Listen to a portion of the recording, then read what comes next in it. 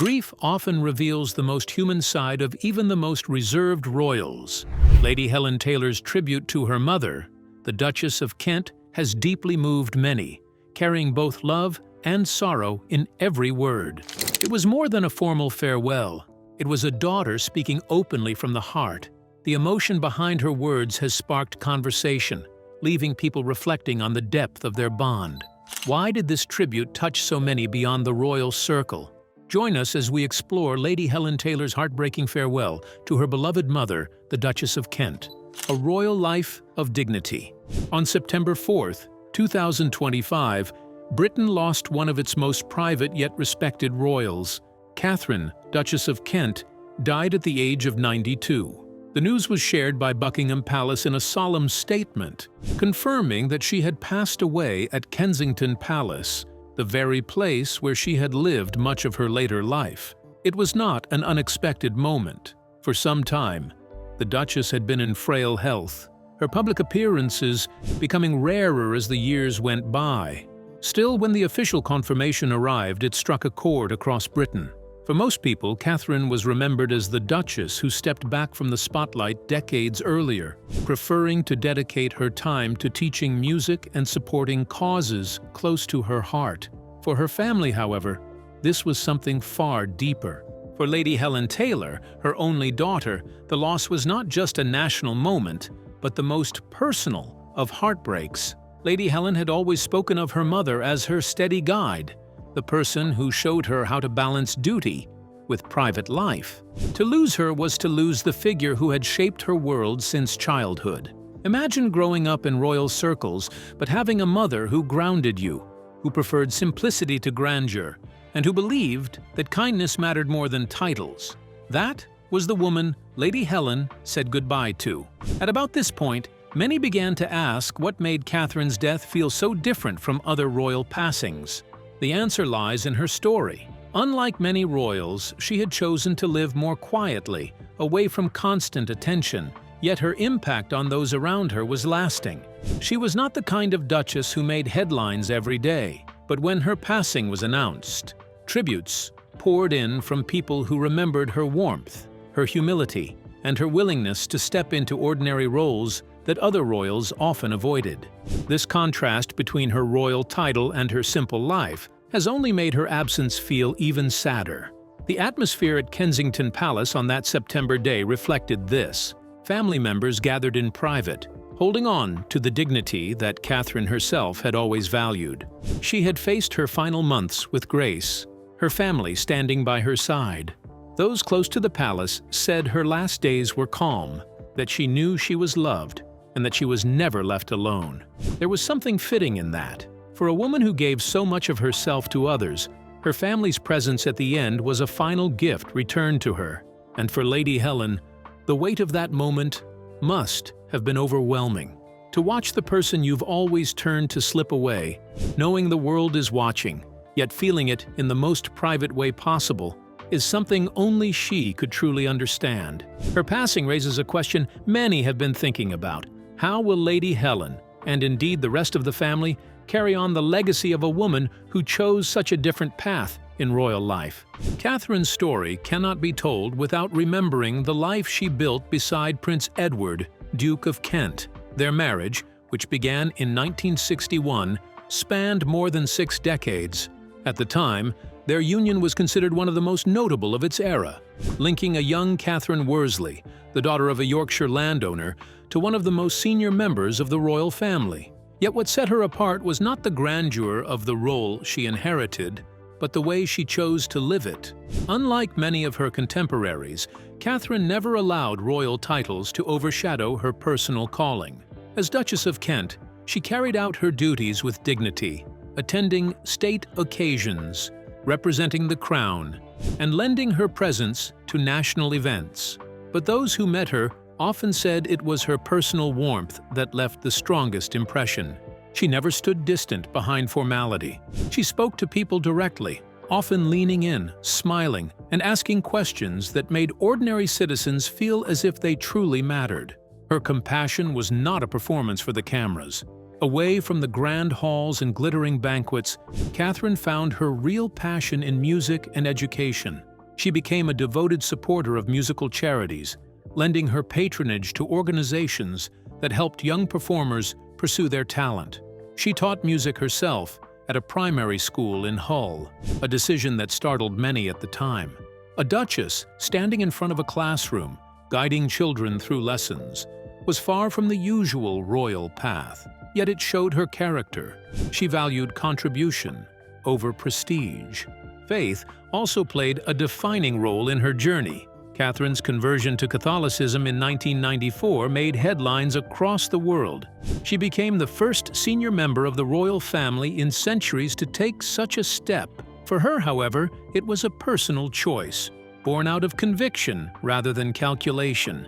It was a decision that could have distanced her from the royal establishment, but instead, it only strengthened her image as someone who lived according to her beliefs, regardless of expectation. These qualities left a mark on her children, and none more so than Lady Helen Taylor. Growing up, Lady Helen witnessed how her mother balanced tradition with humanity. She saw that being royal did not have to mean standing above others, but could mean walking alongside them. Lady Helen never sought the spotlight in the way that others did, and much of that came from her mother's influence. The Duchess showed her that a quieter role could be just as valuable, that dignity was not measured in headlines but in the respect of those who knew you. Even Helen's love of the arts, her involvement in creative and charitable work, echoes her mother's devotion to culture and education. At around this point, it becomes clear why Helen's tribute to her mother was so heartfelt. She was not only saying goodbye to a parent, but to the very example that had guided her entire life. And as we'll reveal even further, the Duchess of Kent's influence on her daughter runs deeper than many ever realized. A royal matriarch's legacy. Catherine's story also carries weight because of the time she lived through. After Queen Elizabeth II's passing in 2022, she became the oldest living member of the royal family. That role was not official in title, but it was symbolic. She was the link to a past that stretched back to George VI, the monarch on the throne when she first entered the family. By the time of her death, she had lived to see the reign of Charles III, having observed the crown pass through multiple eras of change. Few royals had that kind of span, and fewer still carried it with such steadiness. Her position as a matriarch was felt most within her own circle. For her children and grandchildren, she was the anchor at the center of family life. Public duty often took her husband, the Duke of Kent, into the spotlight, but Catherine was the one who kept the home a place of warmth. Gatherings at Kensington Palace carried a sense of ease because of her. She encouraged closeness, she valued family meals, and she offered stability that was not always common in royal households. What struck many was the balance she managed to maintain. She could attend a state occasion in formal dress one day and sit in the garden with her grandchildren the next, making them feel entirely at ease. That blend of grace and simplicity was her hallmark, and it helped hold the family together across decades of public pressure. For Lady Helen, this side of her mother was personal. She did not just see Catherine as a duchess or a public figure, but as the presence who shaped her outlook on life. Her mother's strength, shown in the way she faced illness and personal challenges, left a lasting mark. Her grace became the model Helen often looked to, and above all, her faith gave Helen a grounding sense of strength, reminding her that even within a royal setting, conviction mattered more than convention. These are what made Catherine not only a royal matriarch, but also a guiding figure across generations. For Helen, the loss is of the woman who defined stability in her life, and whose influence now lingers in how she carries herself within the royal family. This explains why the farewell to the Duchess began where her life had drawn to a close. From the chapel at Kensington Palace, her coffin began its journey to Westminster Cathedral. This was a symbolic movement from the private world where she had lived her last years to the grand space where the nation would say goodbye. The hearse that carried her was built with a glass roof, so that people gathered along the route could see the coffin clearly as it passed. This detail meant that the farewell was not hidden behind closed doors, but open to the public gaze. For many, it was their only chance to pay respects to a woman who had spent decades serving faithfully. The streets on that day carried both silence and reverence. People did not gather for spectacle, but for remembrance. They came because the Duchess of Kent had touched lives with her dignity. Some remembered her work in education and music. Others thought of her warmth at local visits, where she treated strangers like old friends. In that moment, the vehicle with its glass roof became more than transport. It became a moving space of shared memory. At the head of the procession were the Royal Dragoon Guards. Their presence was no accident. This was a regiment she had supported and maintained close ties with over the years. Their scarlet and dark uniforms, their pace, and the measured sound of their steps created a solemn rhythm. To see them lead her one final time was to witness the bond between duty and loyalty made visible. When the cortege reached Westminster Cathedral, dignity gave way to solemn ritual. Members of the regiment who had marched in front now took on a more intimate role. They bore her coffin inside, their movements precise, careful, and respectful. This act was a gesture of loyalty, a sign that her commitments in life were being honored even in death. The sight of the coffin being carried under the arches of Westminster Cathedral carried a weight of meaning. It was the point where private mourning and public tribute met. The cathedral, with its deep echoes and long history, became the stage for a farewell that blended the royal with the deeply personal. For Lady Helen, watching her mother's coffin arrive in this way would have carried an almost unbearable mix of pride and sorrow. It reminded her that her mother's life, while devoted to family, was also bound forever to the wider history of the crown and country. When the Duchess of Kent's coffin lay in state, Lady Helen Taylor was seen arm in arm with her father, the Duke of Kent. For many watching, that simple gesture said more than words ever could. The Duke, frail and grieving, leaned gently on his daughter for support, while she matched his pace with steadiness. In that moment, Lady Helen was no longer just a royal figure. She was a daughter, giving her strength to her father as they faced the loss of the woman who had shaped both their lives. The symbolism of that moment was powerful.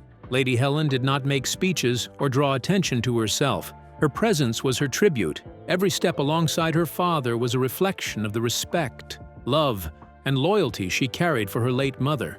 She had inherited her mother's ability to be strong in silence, to let actions speak louder than words. It is why so many found her composure so moving.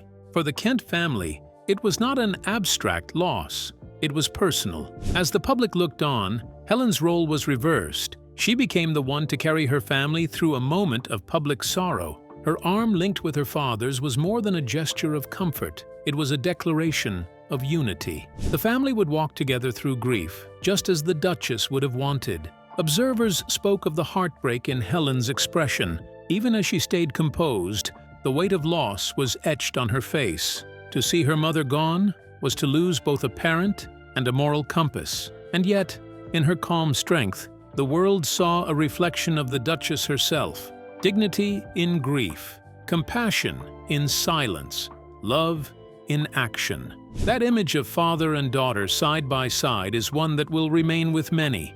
It showed the human cost of royal life, the private pain beneath the public gaze. For Lady Helen Taylor, it was her visible tribute, as heartfelt as any words could have been. Keep watching, because what followed inside Westminster Cathedral revealed even more about the Duchess's extraordinary life and faith. Being one of the arts being compulsory at GCSE level, I think that would be wonderful. But somebody asked me the other day... Faith and family. The Duchess of Kent's conversion to Roman Catholicism in 1994 made her the first senior member of the royal family to do so publicly in more than 300 years. That decision shaped her final farewell, making her Requiem Mass not only a moment of mourning, but also a landmark in the long relationship between the monarchy and the Catholic Church. The service was held at Westminster Cathedral, the mother church of Roman Catholicism in England and Wales. Its red brick towers and bold mosaics formed a dramatic contrast to the familiar Anglican spaces where most royal funerals are held. For the Duchess, this was not about breaking tradition for the sake of difference. It was the natural extension of her own journey of faith. That faith was now on full display, guiding the prayers, the readings, and the music that echoed through the cathedral. The Mass itself reflected her convictions, clergy-led scripture readings chosen to mirror her personal commitment to Christian service and compassion. Hymns and choral pieces filled the space with solemn beauty, offering a glimpse of the Duchess's deep love of music. Those who knew her well recalled how music had been central to her charitable work, supporting young musicians and opening doors for talent to flourish. It was fitting that sound, so closely tied to her identity, played such an important part in her final farewell. For Lady Helen Taylor, her mother's decision to embrace Catholicism was not a distant matter of doctrine. It shaped her own understanding of faith and family. As she sat among mourners watching her mother's coffin placed before the altar, she was not only grieving, she was also honoring the conviction that had defined her mother's last 3 decades. The funeral was also a gathering that reflected the Duchess of Kent's place in the wider royal household. The service brought together generations of royals, each one a reminder of how long she had been part of their shared history. At the center of it all was Lady Helen Taylor, holding herself with the same dignity her mother had always shown, surrounded by family members who had come to pay their final respects. King Charles was there, a visible sign of the respect and affection he carried for his cousin by marriage. His presence mattered because it placed the Duchess's life firmly within the story of the monarchy as a whole. He has often spoken of the value of family ties, and on this day, those words took visible form. The Prince and Princess of Wales also attended, stepping into their roles as the younger generation, who now carry much of the royal family's public responsibility. Their appearance spoke of continuity, showing that the Duchess's long years of service had not been forgotten, even as the royal household shifts into a new era under Charles's reign. As Canada moves forward with nation-building projects. Around them sat the extended family, the Duke and Duchess of Gloucester, the Duke of Kent's siblings, and younger royals who had known Catherine simply as an aunt or grandmother figure. Each person there represented a piece of her life, from the earliest days when she married into the family to the later years when she became its matriarch. The gathering itself showed how deeply connected she remained, despite choosing to live much of her life away from the spotlight. Yet there was one absence that people could not ignore. Queen Camilla had been due to join her husband at the service but was unable to attend because of acute sinusitis. Illness can strike anyone at any time, and her absence was accepted with understanding. Still, it revealed how much the Duchess of Kent had meant that the Queen had planned to be there in the first place. The Prince and Princess of Wales went beyond attendance by sending a personal message of sympathy. We've been talking about marriage for a while, so it wasn't a massively big surprise, but they signed it simply W&C, a warm and human touch rather than a formal signature. The message expressed their condolences and acknowledged the scale of the loss. It reminded everyone that while royal protocol often creates distance, at moments of grief, the human connections shine through. Tributes also came from outside the royal family. Prime Minister Keir Starmer offered words that struck many as fitting. He praised the Duchess for her compassion, her dignity, and the humanity she carried into her public role. These were not empty phrases. They reflected the real way she had been seen by those who encountered her, whether in official settings or through her patronage of music and education. For Lady Helen Taylor, hearing her mother remembered in this way must have been both comforting and bittersweet. Those qualities were not just her mother's public reputation, they were the values that had shaped Helen's own outlook on life. The combination of royal attendance, personal messages, and political tributes created a full picture of who the Duchess of Kent had been. She was not only a member of the royal family, but also a figure respected across the nation. Her funeral made that clear, but the most powerful memories of the Duchess came not from ceremony, but from the voices of those who knew her best. A legacy of warmth. As the tributes to the Duchess of Kent continued, her grandchildren, Lady Marina and Lady Amelia Windsor, mourned with heartfelt emotion about their grandmother's warmth. To them, she was not a distant royal figure, but someone who made them feel heard and loved. They remembered the simple things, like conversations at the family table, or the gentle way she offered advice. And I actually grew from the experience And I began to realize how music. These memories painted a picture of a grandmother who valued closeness and who took the time to be present in the lives of her younger family members. For Lady Marina and Lady Amelia, she was a guiding figure, but more importantly, she was a source of kindness and reassurance. The Duchess also had a wide circle of godchildren, and among them was India Hicks, who shared her own memories of a thoughtful godmother. Hicks recalled how the Duchess never missed a birthday, always sending a card or a message that showed she cared. At Christmas, her gestures were equally personal, with small, meaningful gifts that reflected her attention to detail. These were not grand acts, but they carried enormous weight because they showed how much she valued relationships. In a royal family often viewed through ceremony and protocol, the Duchess stood out for her genuine warmth. Her role as a supporter of charity was another defining part of her story. She encouraged young people to pursue their talents, especially those who lacked the opportunities that others took for granted. Music, to her, was more than art. It was a way to find confidence, discipline, and joy. Many of the programs she supported will continue to bear fruit for generations, serving as a living tribute to her belief in giving opportunities to others. Lady Helen, her daughter, offered perhaps the most touching tribute of all. She spoke about her mother's ability to balance the heavy weight of royal duty with the responsibilities of being a parent. Lady Helen described her not as a distant figure defined by her title, but as a mother who was deeply involved in her children's lives. She was a parent who encouraged, guided, and supported them through every stage of life. Her words reminded those gathered that the Duchess was not only a duchess, but also a mother whose heart was always open to her family. The personal stories from family and godchildren gave depth to the public tributes. They revealed a woman who valued human connection, who never forgot small details, and who saw service as both a duty and a privilege. Her final chapter came quietly, with her burial at the Frogmore Royal Burial Ground on the Windsor estate. This resting place, where generations of royals have been laid to rest, became the setting for her last journey.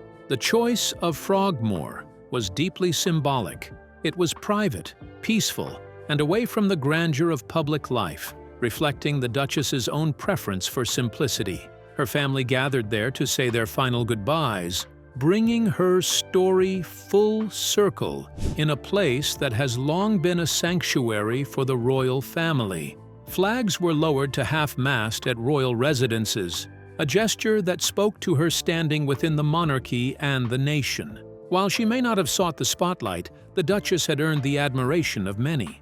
From Kensington Palace to Windsor Castle, the sight of lowered flags reminded everyone of her long years of service, her faith, and her enduring dignity. She will be remembered not only as the Duchess of Kent, but as a woman whose life was built on faith, compassion, and a steady devotion to others.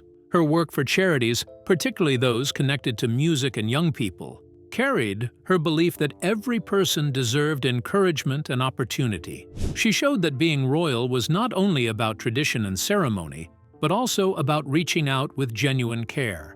This lasting commitment continues to inspire and remains part of the legacy she leaves for future generations. At the heart of her farewell stood Lady Helen Taylor, whose words captured the deepest truth about her mother's life. As the Duchess of Kent was laid to rest, her legacy became one of balance, a life lived between the grandeur of monarchy and the simplicity of personal love. She left behind not only a chapter in royal history, but also an example of what it means to live with grace. Through the tears of her family, the lowered flags of a nation, and the tributes of those she helped, her story remains alive. Her farewell was final, but her influence will endure. In the hearts of her children, grandchildren, and all those she inspired, Catherine, Duchess of Kent, continues to live on. What do you think? Do you believe the Duchess of Kent's strength and faith will be remembered as part of her lasting legacy? Share your thoughts in the comments below. We'd love to hear them. Remember to like, share, and subscribe for more. Also, click the following video shown on your screen. You will enjoy it.